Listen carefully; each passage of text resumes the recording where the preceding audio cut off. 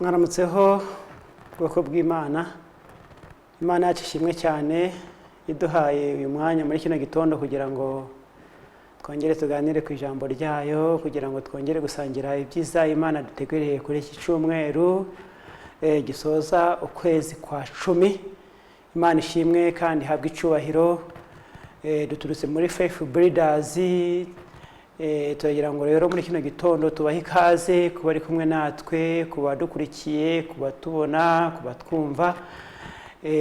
Tugiye kuganira ku ijambo ry'Imana. Imana yashyize ku mitima yacu kugira ngo nanone twongere twibukiranye uko tugiye gukora uru rugendo rugana mu gihugu cyo mu ijuru. Ni urugendo rusaba imbaraga, ni urugendo rusaba ubwenge, ni urugendo rusaba ko abantu bahora basangira ijambo ry'Imana bibukiranye uko bakwiriye gukora kugira ngo bazagere muri kiriya gihugu. Imana ishimwe. Reka rero muri kino gitondo dutangire dusenga Imana, hanyuma dukomeze n'ijambo ry'Imana. Niwe tuvugana ndi Pastor Christophe, ndi kumwe n'umukozi w'Imana hano, nawe yabibwira hanyuma tugasenga Imana.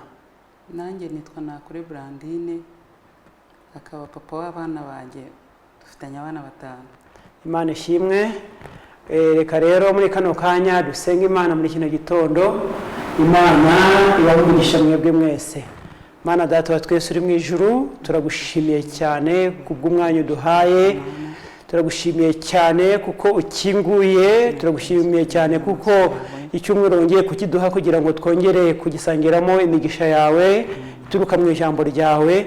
Turasenze kugira ngo Mana yacu yo mu ruhande rwacu Mwuka Wera amanuke, imbaraga zo mu ijuru zimanuke, ubugingo bwacu bwezwe, ubugingo bw'abumva ijambo ryawe bwezwe mu izina rya Yesu. Tubone imbaraga mu ijambo ryawe, tubone ubushobozi mu ijambo ryawe, tubone umutsima mu ijambo ryawe. Haleluya. Tubone mu izina rya Yesu igisubizo mu ijambo ryawe, tubone amazi yo kunywa mu ijambo ryawe.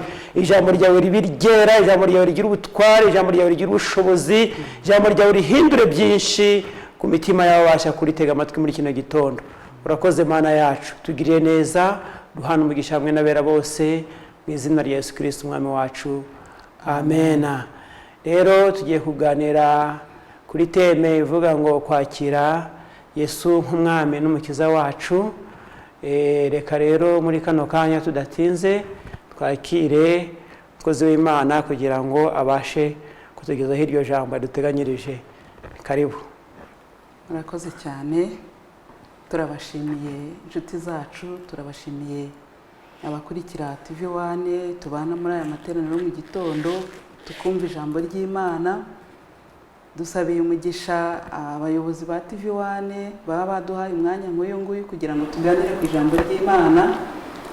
Ubutumwa bwiza buravugwa ku isi hose kandi ni urugendo ruzadufasha kubona impamba izatugeza mu ijuru. Nk'uko yabivuze rero, dufite umutwe w'amagambo uyu munsi uvuga ngo kwakira Yesu nk'umwami n'umukiza wacu. Mu by'ukuri kwakira Yesu nk'umwami n'umukiza ni ibintu abantu bavuga benshi bakabyumva nk'aho ari ibintu bidafatika cyangwa se bidafite ubusobanuro buhagije, ariko ndagira ngo uyu munsi tuganire tumenye ngo Yesu ni muntu ki, ubundi se kumwakira ni gute. Hari igihe twumva ko ari ijambo rireba abantu batajya mu rusengero, kumva ko iyo tuvuze ngo umuntu niyakire Yesu nk'umwami n'umukiza ukumva bivuze ngo nakizwe ntabwo akijijwe. Ariko n'abantu twitwa ko tujya mu rusengero, hari ubwo umuntu aba mu rusengero akamara imyaka myinshi ariko adafite Yesu nk'umwami n'umukiza mu bugingo bwe. Uwo nawe rero iri jambo riramureba, kandi n'umufite. Twese dukeneye kunguka, dukeneye kongera kumva ibya Yesu. Iyo numvise Yesu bamuvuga neza numva nishimye, numva bimfashije, numva ari ikintu cyiza cyane kuko Yesu ni umwami kandi afite ubutware, afite imbaraga, afite ubushobozi ku buryo kumuvuga nabi byo umuntu aba ameze nk'umurwanashyaka ntiwarwana, ariko birababaza kuko turamukunda. Yesu ni umwami wacu. twifuriza abantu rero ko bamwakira nk'umwami wabo nk'umukiza wabo kuko ijambo ry'Imana niryo ribitubwira. Ndagira rero ngo dusome muri Yohana, mu butumwa bwiza bwa Yohana ibice 15 guhera ku murongo wa mbere kugeza ku wa 11. Dusomere ubutumwa bwiza bwa Yesu Kristo ko bwanditswe na Yohana. Turahera ku murongo wa mbere tugere ku murongo 15. Haranditse ngo Yesu acira abigishwa umugani w'umuzabibu n'amashami yawo. Ndi umuzabibu w'ukuri kandi data ni nyirawo uwuhingira. Ishami ryose ryo muri jye ritera imbuto arikuraho, iryera imbuto ryose aryanganyaho amahage yaryo ngo rirusheho kwera imbuto. None mumaze kwezwa n'ijambo rya nababwiye, mugume muri jye nanjye ngume muri mwe. Nkuko ishami ritabasha kwera imbuto ubwaryo bitagumye mu muzabibu, niko namwe mutabibasha nimutaguma muri jye. Ninjye muzabibu namwe muri amashami. Guma muri jye nanjye nkaguma muri we, uwo niwe wera imbuto nyinshi kuko ari ntaco mubasha gukora mutamfite. Umuntu utaguma muri jye ajugunywa hanze nk'ishami ryumye, maze bakayateranya bakayajugunya mu muriro agashya. Nimuguma muri jye amagambo yanjye akaguma muri mwe, musabe icyo mushaka cyose muzagihabwa. Ibyo nibyo byubahisha data, nuko mwera imbuto nyinshi mukaba abigishwa banjye. Uko data yankunze niko nanjye nabakunze. Nuko rero mugume mu rukundo rwanjye. Nimwitondera amategeko yanjye muzaguma mu rukundo rwanjye, kuko nanjye nitondeye amategeko ya data nkaguma mu rukundo rwe. Ibyo mbibabwiye kugira ngo umunezero wanjye ube muri mwe kandi n'umunezero wanyu ube wuzuye. Ngiri itegeko ryanjye, mukundane nk'uko nabakunze. Nta ufite urukundo ruruta urw'umuntu upfira inshuti ze. Muri inshuti zanjye nimukora ibyo mbategeka. Sinkibita abagaragu, kuko umugaragu atazi ibyo shebuja akora, ahubwo mbise inshuti kuko ibyo numvise kuri data byose bibamenyesheje. Imana itugirire neza cyane. Murakoze cyane. Reka tuvireyo rimwe gusoma turebe mu byakozwe n'intumwa ibice 4 umurongo wa 12. Byakozwe n'intumwa ibice 4 umurongo wa 12 wonyine. 12 haranditse ngo kandi nta wundi agakiza kabonerwamo, kuko ari nta rindi zina munsi y'ijuru ryahawe abantu dukwiriye gukirizwamo. Imana amen. Amen. Uwo ni Yesu turimo tuvuga. Yesu aravugwa henshi muri Bibiliya, muri Yesaya baramuhanuye. Ni igishitsi cya Dawidi, intare yo mu muryango wa Yuda. Ni umwami bari biteguye nk'umukiza uzakiza bari mu isi. Yesu ni umwami waje mu isi kuruhura abarushe n'abaremerewe, kuko aravuga ati mwese abarushe n'abaremerewe muze munsange ndabaruhura. Ni umwami rero ukomeye.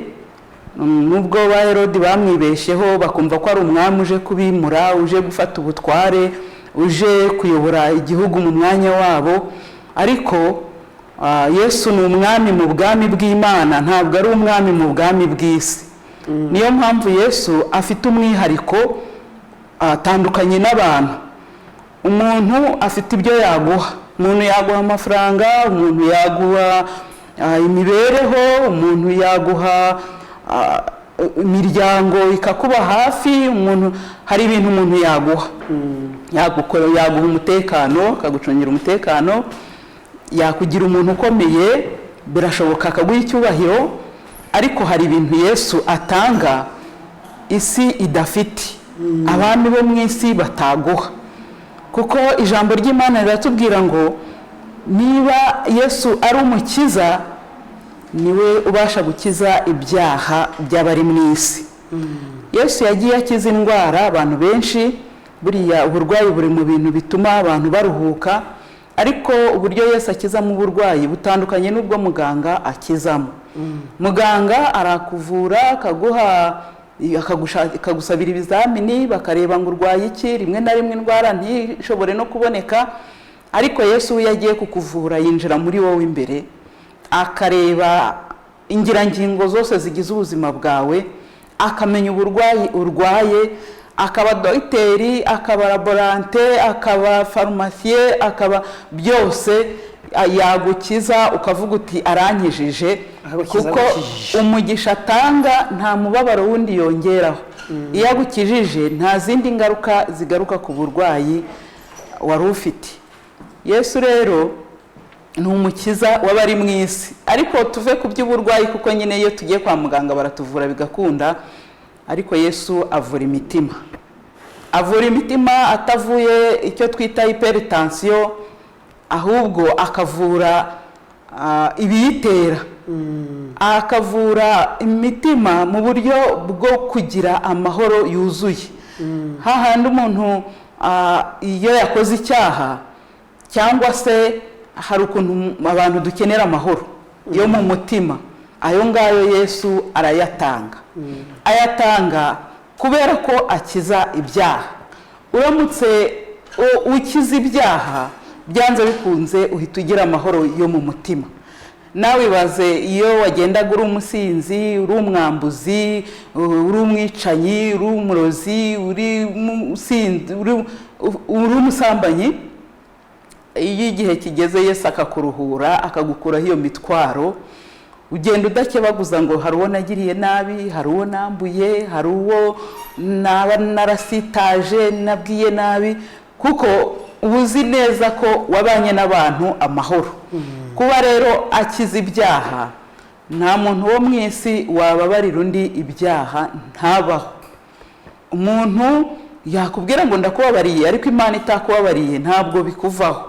Niyo mpamvu n'imitima yacu igira uruhare rwo kugira ngo twakire imbabazi z'Imana, nawe ukumva umutima uraruhutse nyine. Ayo niyo ya mahoro Yesu atanga, umuntu akabona kuruhuka mu mutima, kuko niwe uvuga ngo yemwe abarushye n'abaremerewe muze munsange ndabaruhura. Nta muntu wakubwira ngo ngwino ndakuruhura. Umuntu wamuririraho rwose, ukamurambikaho umusaya, ukaryama ukarira, ariko Yesu yatakuruhuye ntabwo ibyo byakuruhura. Niho handi umuntu afata umwanya akavuga ati ngewe ngiye kunywa inzoga, ngiye kwiyahuza urumogi, ngiye kwiyahuza ibiki kugira ngo mbone ibitotsi, kugira ngo mbone amahoro, kugira ngo nduhuke. Ariko iyo bigushizemo urongera ugahangayika, ukabura ibitotsi, n'ubundi ukagaruka hahandi waruri.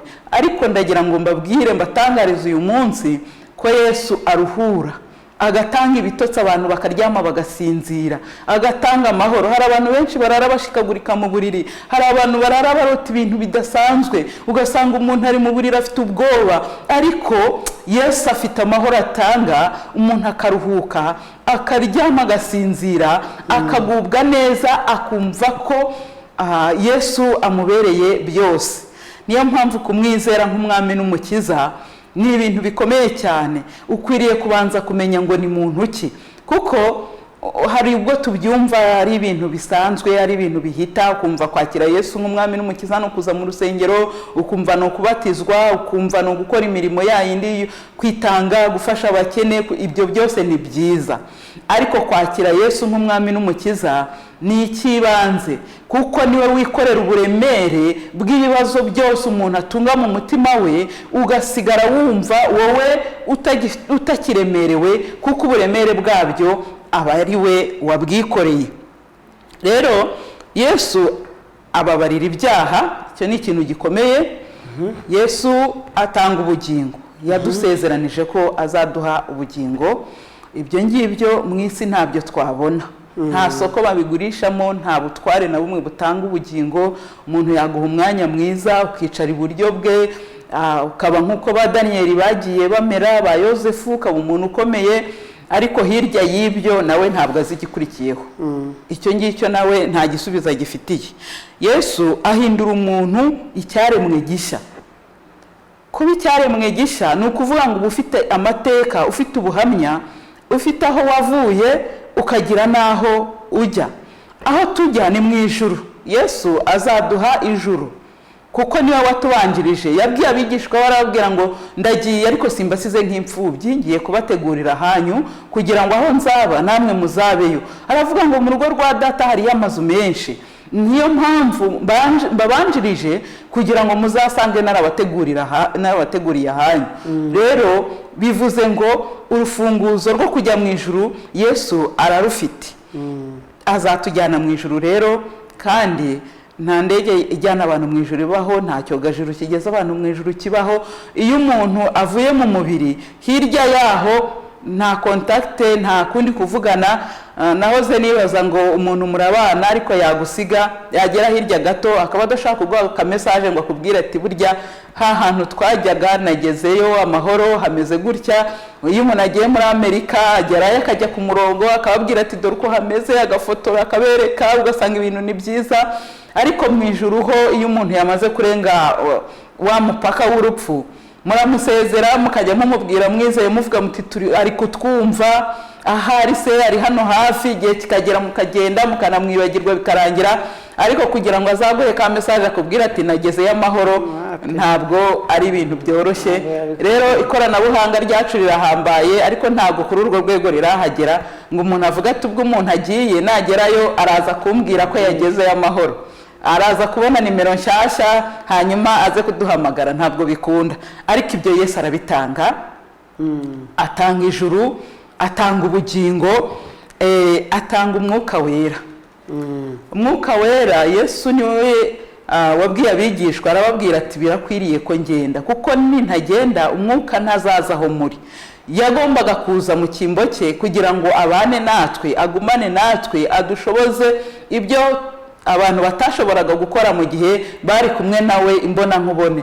Hari ukuntu Yesu yabanaga nabo, bakagendana nawe, bakajya mu butayu, bakajya mu ivugabutumwa, bakajya he, ariko uwabaga yatakaye ntabwo yamubonaga.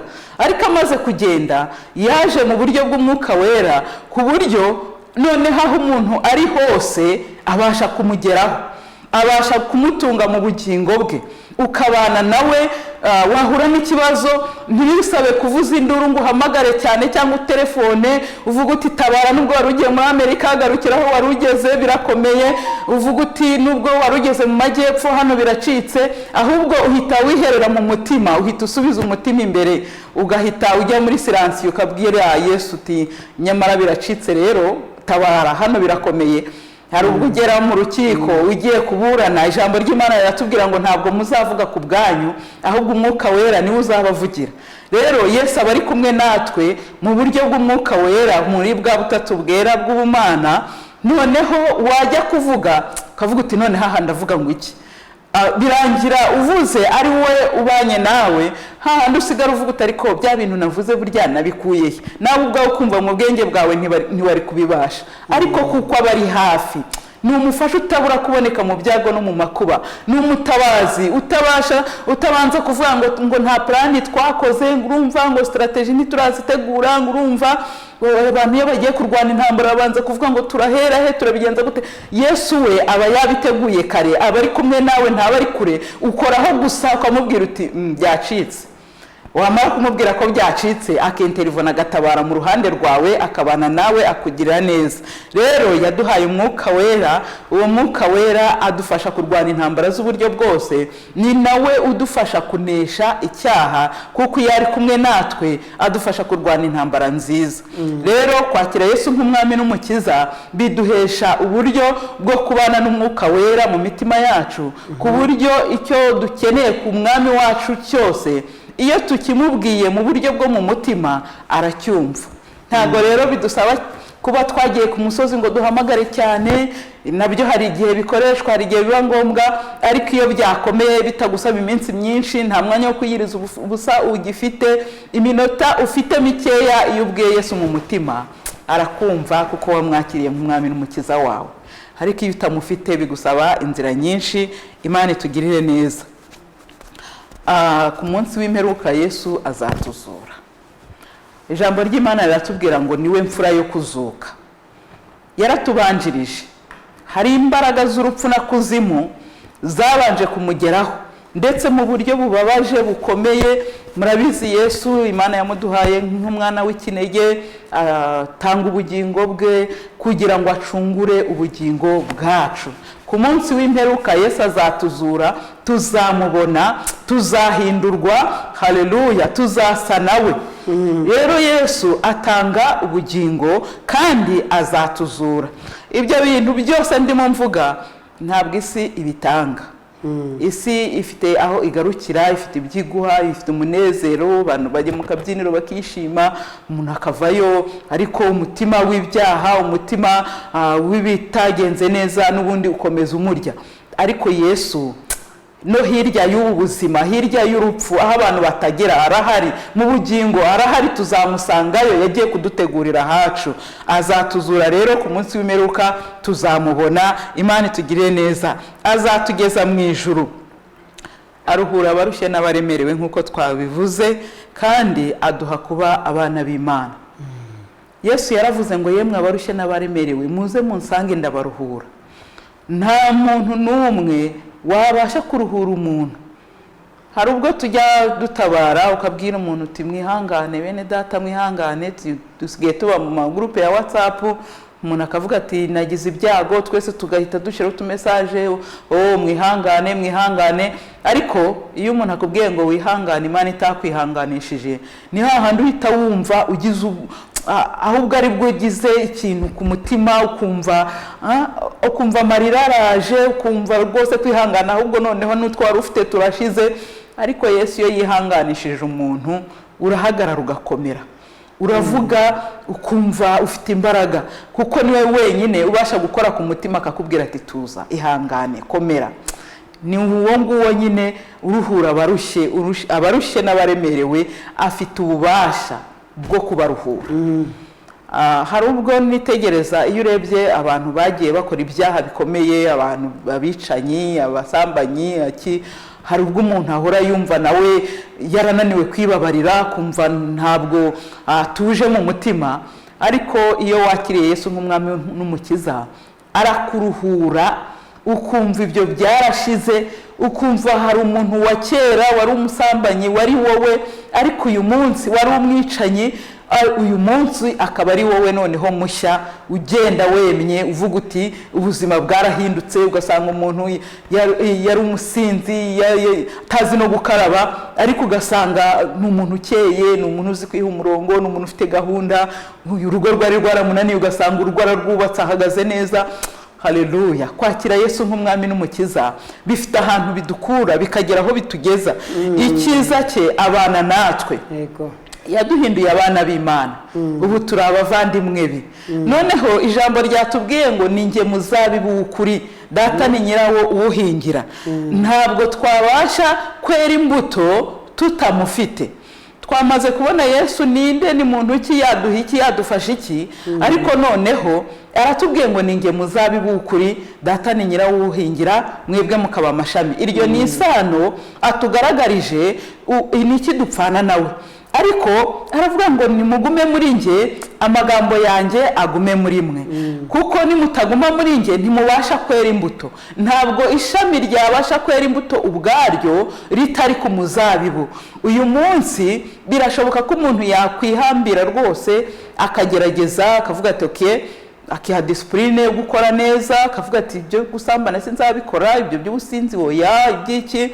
Ariko hari aho bigera bikanga. Ugasanga umuntu yarwaye, yivuje byanze, byamugoye, byananiranye, byanze bikunze, akavuga ati okay, reka njye mu bapfumu niho bandangiye hasigaye. Ariko umuntu ufite Yesu nk'umwami n'umukiza, iyo byananiranye byose ubishyira mu maboko Nyagasani, ukavuga uti wenyine niwe ufite ububasha ku buzima bwanjye. Icyiza cye ni kimwe, ntabwo ari uko yaje kumaraho indwara, kuko yaje mu isi akiza abarwayi, agenda abantu bakirwaye. Ariko Yesu atanga ubugingo. Iyo uri mu burwayi bukomeye ntabwo byagutera kwiheba, nta n'impamvu yo kujya mu bapfumu, kuko umupfumu nawe azapfa, hari aho agera nawe bikamunanira. Ariko iyi ndwara yananiranye ukajya kwa Yesu, tanto yagukiza ariko atanagukijije yaguha ubugingo. Icyo ni ikintu gikomeye kiruta ibindi byose. Niyo mpamvu iyo dusengera abarwayi turabasengera ngo bakire, ariko iyo batanakize turabasengera ngo abaho ubugingo buhoraho. Urumva rero aho hari umuti wa nyawo, uvuga uti ngiyeyo ndakira uburwayi ku mubiri, nintakira ndabona ubugingo. Bityo urupfu ntabwo ruba rukitubereye ikibazo, ntabwo ruba rukitubereye ikintu giteye ubwoba, kuko tuvuga ngo aho tujya turahazi, Yesu ariyo, niwe mutware watsinze urupfu, tuzamusangayo, azaduha ubugingo, azaduha ijuru. Icyo gihe rero ntabwo bugifite bwo gupfa. Warakiriye Yesu nk'umwami n'umukiza mu bugingo bwawe, aba ari kumwe nawe, niwe uguhumuriza, niwe ugukomeza, niwe uguha ibyiringiro, ukavuga uti nubwo ndwaye ariko Yesu arahari. Twajyaga tubona kera cyangwa se n'ubu biracyabaho, umuntu yajya gushyiramo umwuka ukabona aratera amaguru, ararwana, arimo arabona ibintu, ukabona harimo aravugishwa, aravuga ibintu. Ariko umuntu wakiriye Yesu nk'umwami n'umukiza ntabwo apfa gutyo, arasinzira, ntumenye igihe yagendeye, araryama gatoya, wajya kubona ukabona yagiye, ukibaza bimeze gute. Hari n'abajya gutaka ajya akavuga ati ndabona abamarayika, ati ndabona Yesu iruhande rwanjye, ndabona Yesu atugirire neza. Ntabwo ibyo tuvuga ari amagambo, nibyo twahagazeho twiboneye. Ndakurarikira niba witwa ko wakijijwe uri mu rusengero, ariko ibi bituvuze mu buhamya bwawe bikaba bitarimo, ndakurarikira kugira ngo utere intambwe, wigiraho Yesu ari, umwakire nk'umwami n'umukiza w'ubugingo bwawe, kugira ngo umwumve mu mutima wawe, ibyo ukora byose wumve uyoborwa nawe, niho uzabasha kugira imbaraga zo kunesha icyaha, kuko yatubwiye ngo ntabwo twabasha kwera imbuto ubwacu. Ntiwashobora kunesha icyaha wowe wenyine, ntiwashobora gukora neza ku bwawe gusa, ariko niwemera kwemera ko amagambo ye aba muri wowe, niwemera kuba ku muzabibu by'ukuri, azagushoboza, uzagira ubuhamya, uzagira aho wavuye ugire n'aho uri, ku buryo uzaba uvuga uti rwose nanjye nishimiye kugira Yesu nk'umwami n'umukiza wanjye. Hari ibanga ngiye kubabwira. Buriya mu isi umuntu aravuga ati okay, nabonye amafaranga, nabonye ibintu byose, ngiye gushaka uburyo nakwinezeza. Ukumva amafaranga yaguhereza ibyakunezeza byose, ukagenda ugashaka abagore beza, ukagenda ugashaka inzoga nziza, ukagenda ugashaka ibiryo byiza, ugasohokera kuri za pisine, ukajya muri za natire, ahantu hari ibintu byiza, ukumva umutima wawe urawubwiye uti gubwa neza. Ariko niba hari ikintu kinezeza umutima ukumva uguwe neza, ni ukwakira Yesu nk'umwami n'umukiza. Kuko ibyo byose urabikora ukishima, ukumva rwose wanezerewe, ariko wagaruka hahandi wavuye ugasanga bisa naho nta nicyo wakoze. Kuba umuntu yariye ifiriti uyu munsi, yariye inyama nziza, ntabwo bivuze ko mu gitondo atakiyumva nta kintu na kimwe yumva, aracyabikeneye, arongera agasonza, arongera akagira inyota, arongera akabishaka. Ariko Yesu atumara inyota, ukumva rwose uguwe neza, ukumva wakiriye byose kuri wowe, ukumva ibisubizo by'ibibazo byawe byose urabifite. Ni hahandi umuntu agera yari afite ibibazo wapfushije, ariko ukumva ufite kwishima, ukumva ufite kunyurwa, ukumva ufite umunezero wo mu mutima, kuko Yesu afite ibanga abantu badafite. Umuvandimwe ataguha, umugore ataguha, umugabo ataguha. Yesu afite ibyishimo atanga, ukumva uraruhutse, ukumva uranyuzwe, ukumva uguwe neza. Rero ijambo ryatubwiye ngo niwe twahawe duhererwamo agakiza. Nta muntu ujya kwa data atamujyanye. Ngira ngo no muri Yohana bice 12:6 haravuga ngo ni nge nzira y'ukuri n'ubugingo, nta ujya kwa data ntamujyanye. Rero izindi nzira zose tunyuramo, ibindi bintu byose twiyambaza, ahandi hantu hose dushakira amahoro, ndagira ngo mbatangarize uyu munsi ko nta mahoro ariyo. Muririmbyi yaravuze ngo amahoro yuzuye ni muri Yesu wabambwe. Ndagira ngo mbishimangire, wumve ko Yesu yaguhereza ibyo ubura isi itaguha. Iby'isi tuzabishaka twese dukore, Yesu yabishizemo umugisha biraza kandi bigakunda bikanagenda neza. Hanyuma tubibone. ariko iby'ubugingo ndakurahiye nta mwene wanyu uzabiguha, nta nshuti yabiguha, nta mafaranga ntiyabiguha. Kuba waravukiye i Burayi ntabwo bihagije kugira ngo ubone ibyo Yesu atanga, biragusaba kugira ngo ushyiremo imbaraga, wakire Yesu nk'umwami n'umukiza. Turavuga ngo agakiza ni ubuntu, rero mureke twinjire twakire Yesu nk'umwami n'umukiza, ariko biradusaba kugira icyo dutanga cyitwa kwitanga cyangwa se kwemera guhara. Ugahara inshuti wari ufite, ugahara ubuzima bwiza watekerezaga ko ari bwiza, ugahara ibinezeza byo mu byaha ukabireka, kandi ukabyanga urunuka ukabisiga. Ariko ndagusezeranya ko hari ibyiza, ndagusezeranya ko imbere ari heza, ko hirya hari amahoro, hirya hari ubuzima, hirya hari imibereho, hari ibyiza utatekerezaga. Ushobora kuba uzi ko ubuzima bwiza buri mu businzi, buri mu busambanyi, buri mu bujura, buri mu oya, ndagira ngo nkubwire ngo muri Yesu harimo ubuzima bwuzuye bwa none n'ubw'igihe kizaza. Kuko nubwo byagenda gute, hari ubwo abantu bavuga ngo ariko ngo abantu bizeye Yesu ngo ubwo gihe nikigera ngo bagasanga ijuru ntari hari, ngo bagasanga ngo ibyo bizeye ntabyo. Ndagira ngo nkubwire ngo nta gihombo dufite, kuko turi mu isi dutunze amahoro, dufite avance. Hari ibyo dutunze abisi badafite. Hari ubwo tugenda ukabona turasa, ariko iyo ibintu bikomeye ntabwo dusa. Dufite umurengezi, dufite umutabazi, dufite umwami tudashakira kure. Ntabwo ubanza gukabakaba, ntubanza gushakisha, kuko arahari ari kumwe natwe.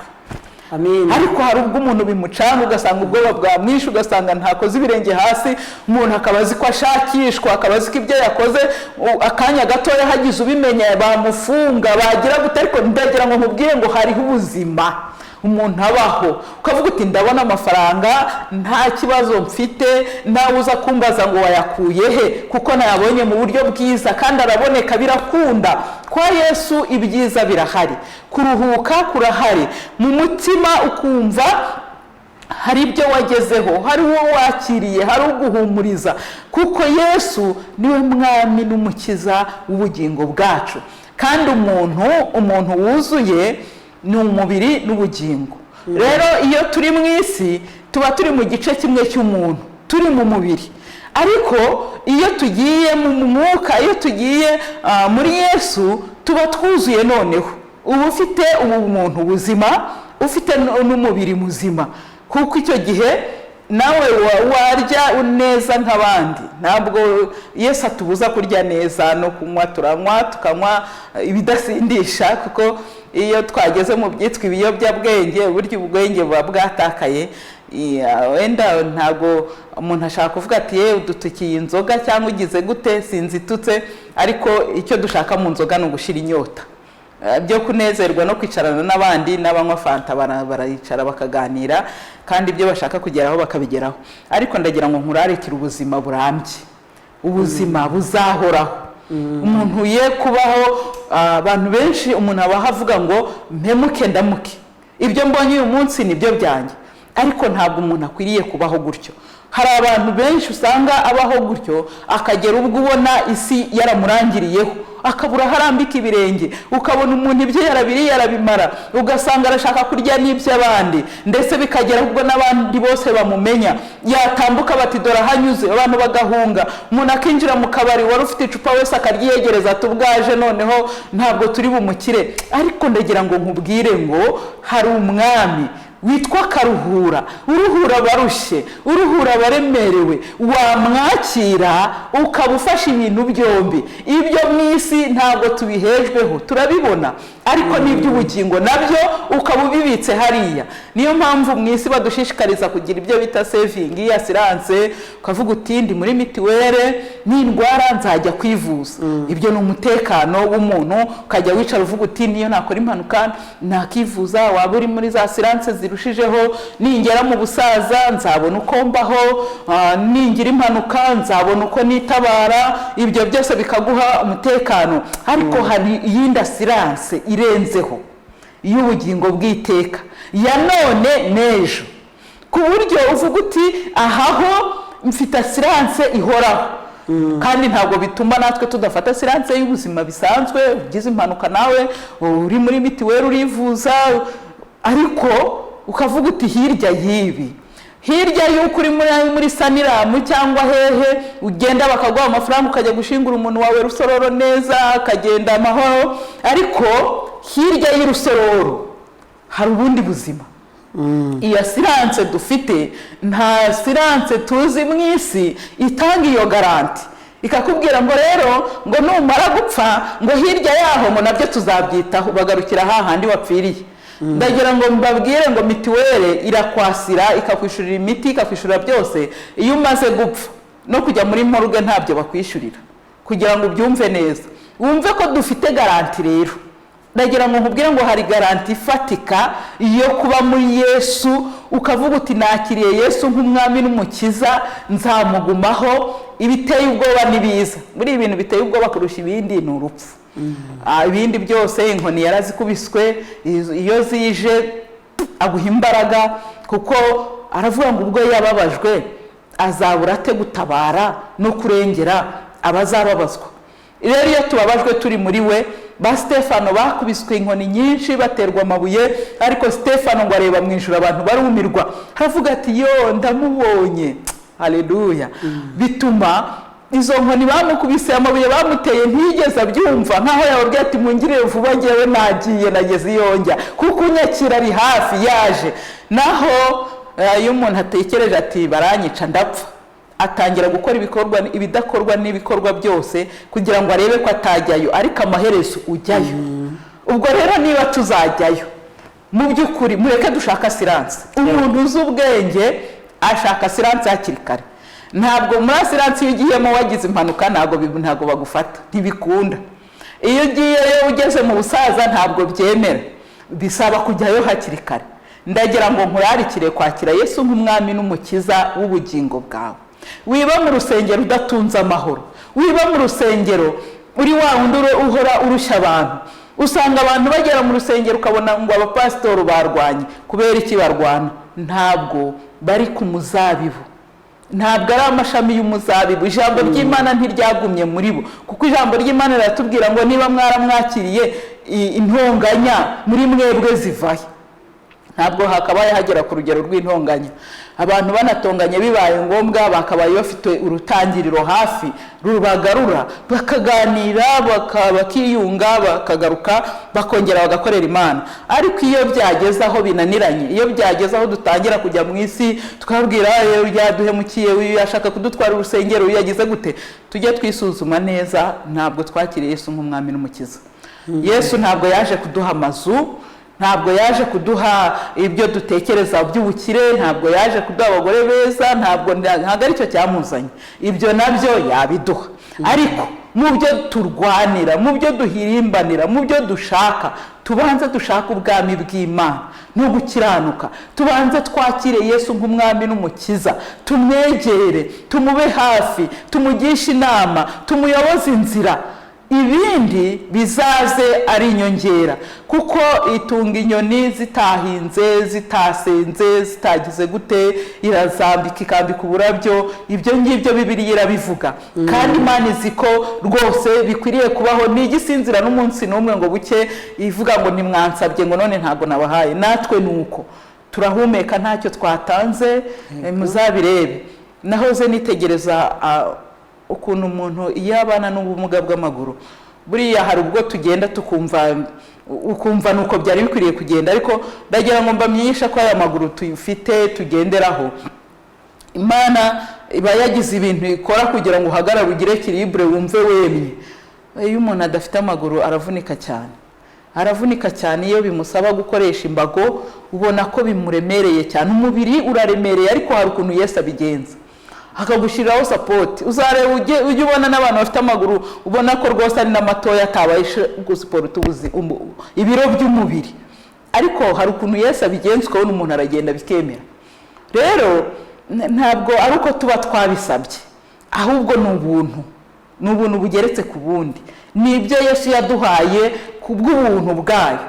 Rero hari ubwo umuntu atekereza akavuga ati ubwo ibi mbifite hari n'abahanura akavuga ati ko nsambana nahanura bikemera, ubwo Imana ntinzi ntinyemera.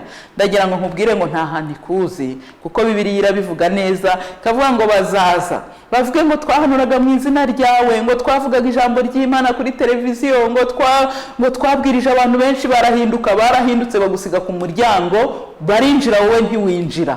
Rero uzakomeza uhanure nk'amabuye, uzakomeza uhanure nk'igiti, ariko ntabwo uzinjira mu bwami bw'Imana kuko utakiriye Yesu nk'umwami n'umukiza wawe.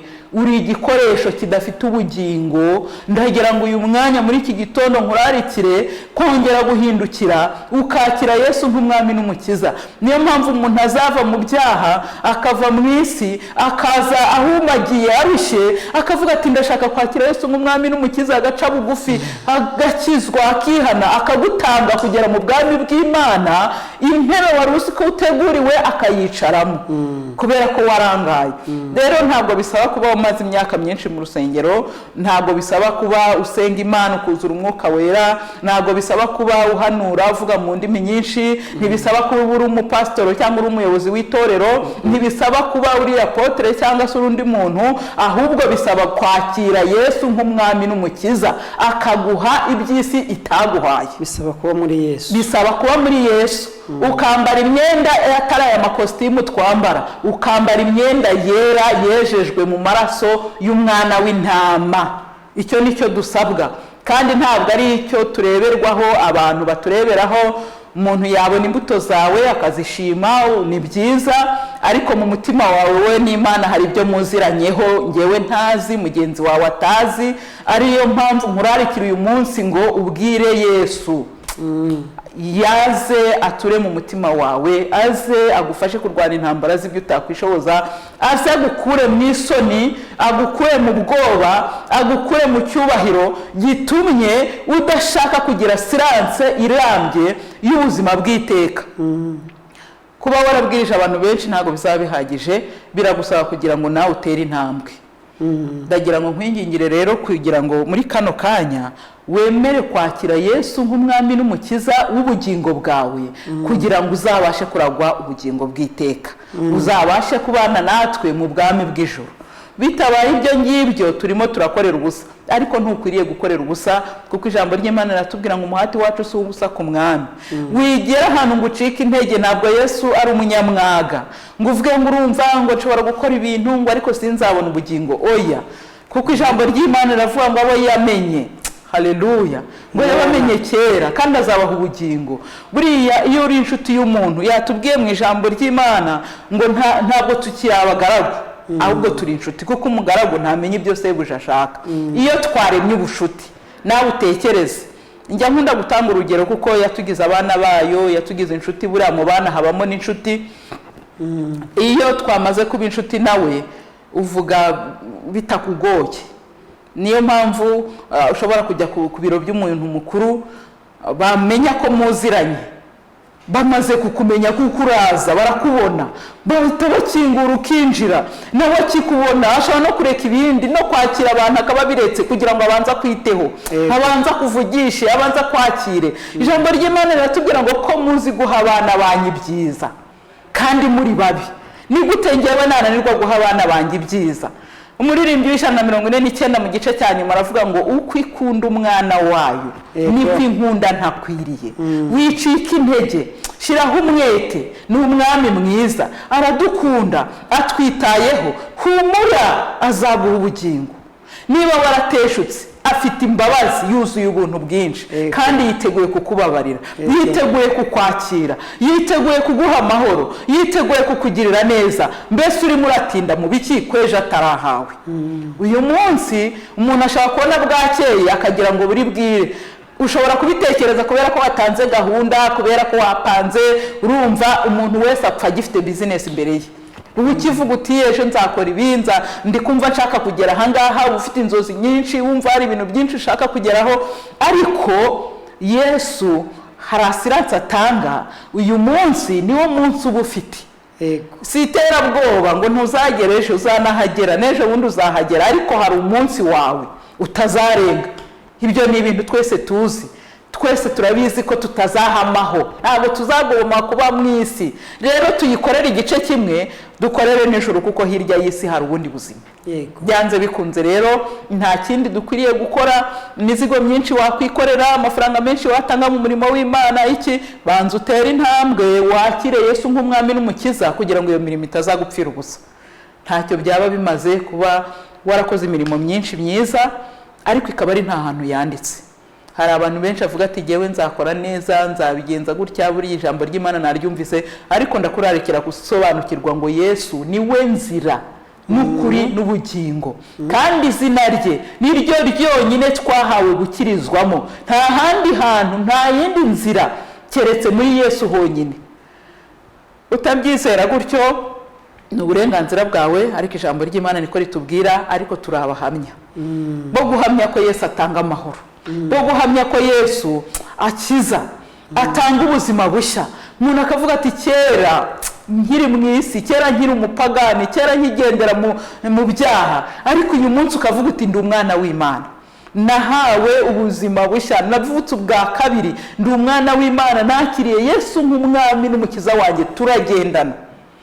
Ntabwo ari bya bindi tuvuga ngo uvuge ijambo rimwe gusa ngo roho yanjye irakira. Ntavuge ijambo rimwe gusa, ahubwo yinjire.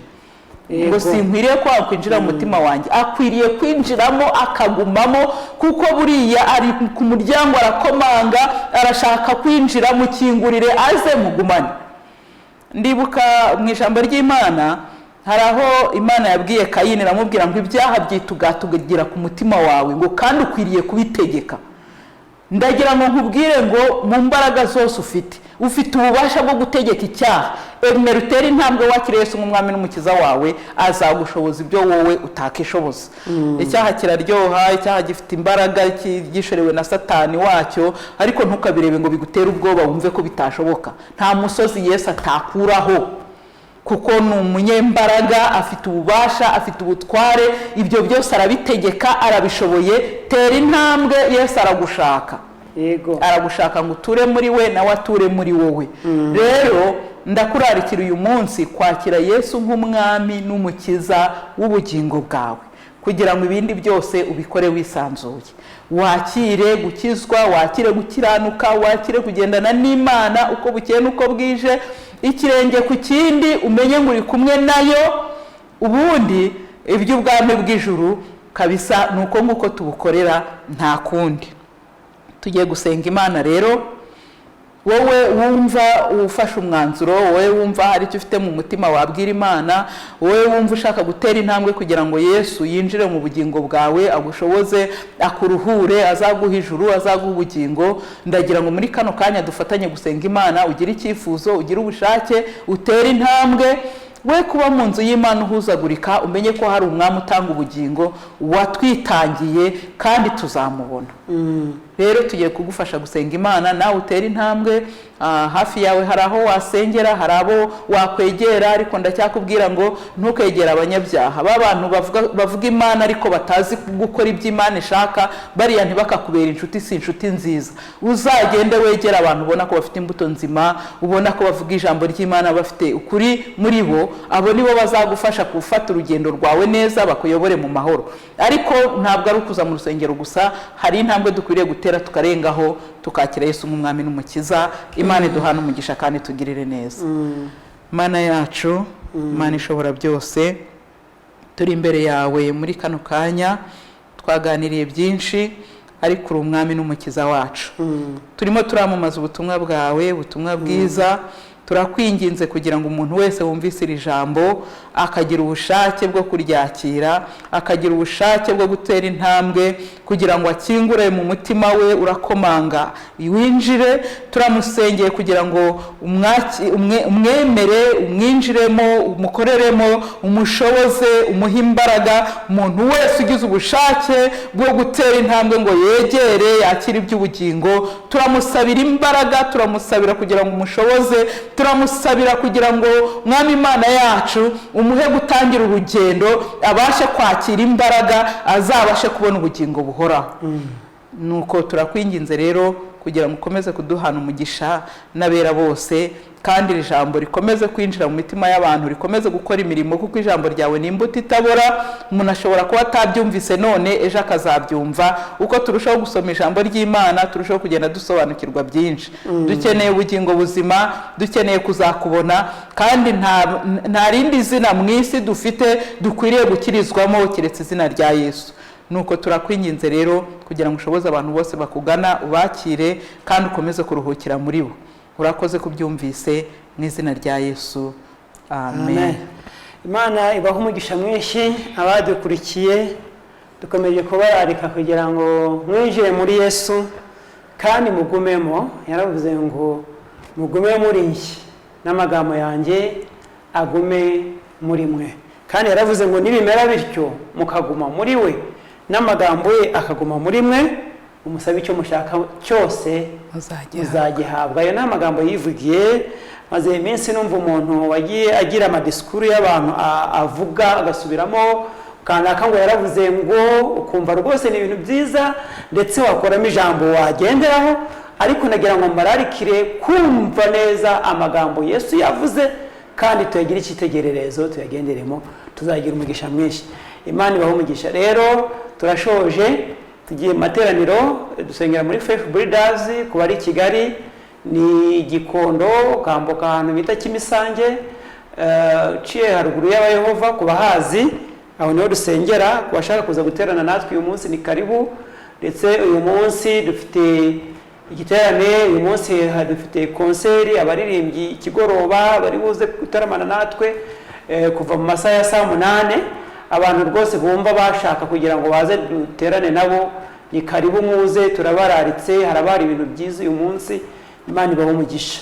Kandi ni n'abari kure, bari mu ntara cyangwa ahandi hantu mudukurikiranye, turabararikira kujya mu materaniro, mukajya gusenga Imana, mukayegera. Iyo umuntu agiye mu Imana hari icyo yunguka, niho hava ubugingo, kuko umuntu ntashobora kwizera atumvise, kuko kwizera kuzanwa no kumva, kandi kumva kukazanwa n'ijambo ry'Imana.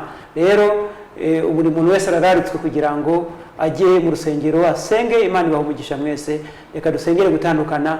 Imana ibagire neza. Urakoze Imana, turagushimiye ko wabanye natwe ukaduha umugisha mu ijambo ryawe. Turashaka kuguma muri wowe, turashaka kwinjira muri wowe, turashaka kukwakira bundi bushya. Turararikira buri muntu wese Mwami kugira ngo akwakire. Uduhe imbaraga, udushoboze mu izina rya Yesu, dushoboze kuza muri wowe, udushoboze kuguma muri wowe, dushoboze gukorera muri wowe. Urakoze. Umugisha y'iteleviziyo, umugisha umuntu wese wadukurikiranye, umugisha umuntu wese wumvishe ijambo ryawe Mwami Yesu, kandi umugisha n'umwigisha wacu. Urakoze. Tugire neza uyu munsi wose mu izina rya Yesu Kristo umwami wacu, amen. Yesu abaho umugisha mwinshi.